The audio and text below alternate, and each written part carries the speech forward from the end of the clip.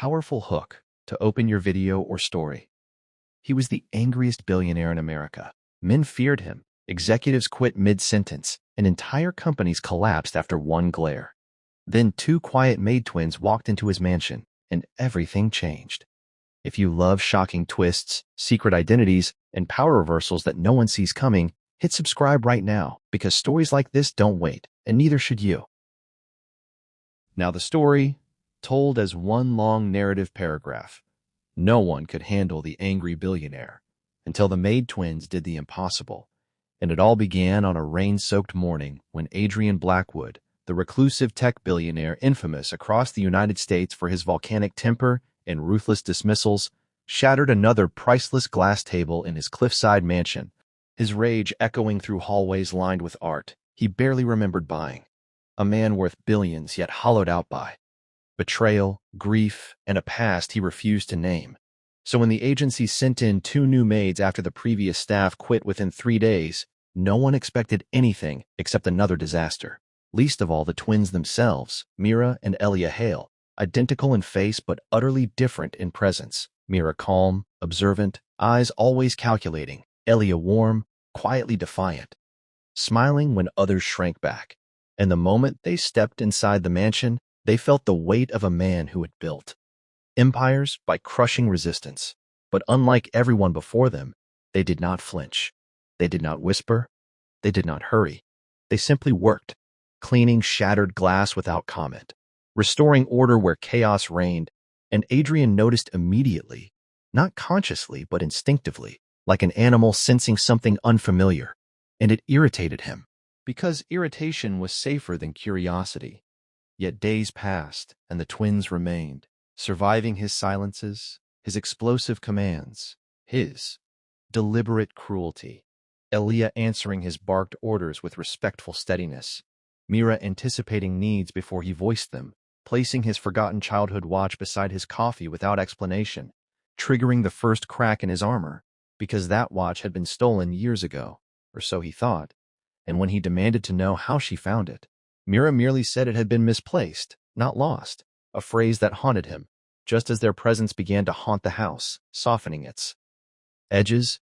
And when a board meeting collapsed into chaos after Adrian publicly fired his own CEO, he returned home expecting the usual emptiness, but instead found Elia playing the piano in the unused East Wing, the same melody his mother used to hum before she died in a fire that tabloids claimed was accidental, and rage flared until grief smothered it.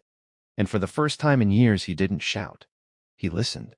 And that night, he slept without nightmares, unaware that the twins had been trained for exactly this, not as maids, but as investigators, raised in foster systems funded by shell charities connected to Blackwood Industries. Children whose lives had been collateral damage of Adrian's empire-building years earlier. Because Mira and Elia were not there by chance. They were there to expose him, to record his abuse, to destroy his public image from the inside.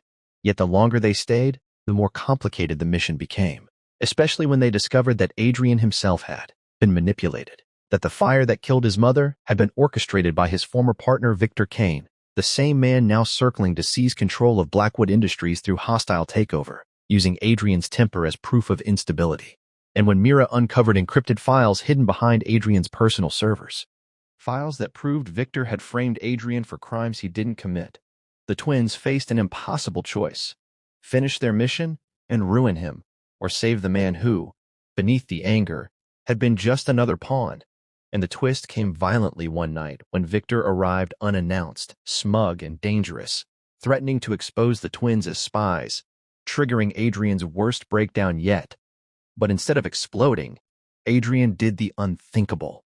He listened as Elia spoke the truth, not as a maid, not as an employee, but as a woman who had lost her parents because of corporate greed, and Mira followed, revealing their true identities, their training, their plan, and expecting fury, but receiving silence, a long, devastating silence, until Adrian laughed, not in anger, but in bitter recognition, because for the first time, someone had told him the truth without fear.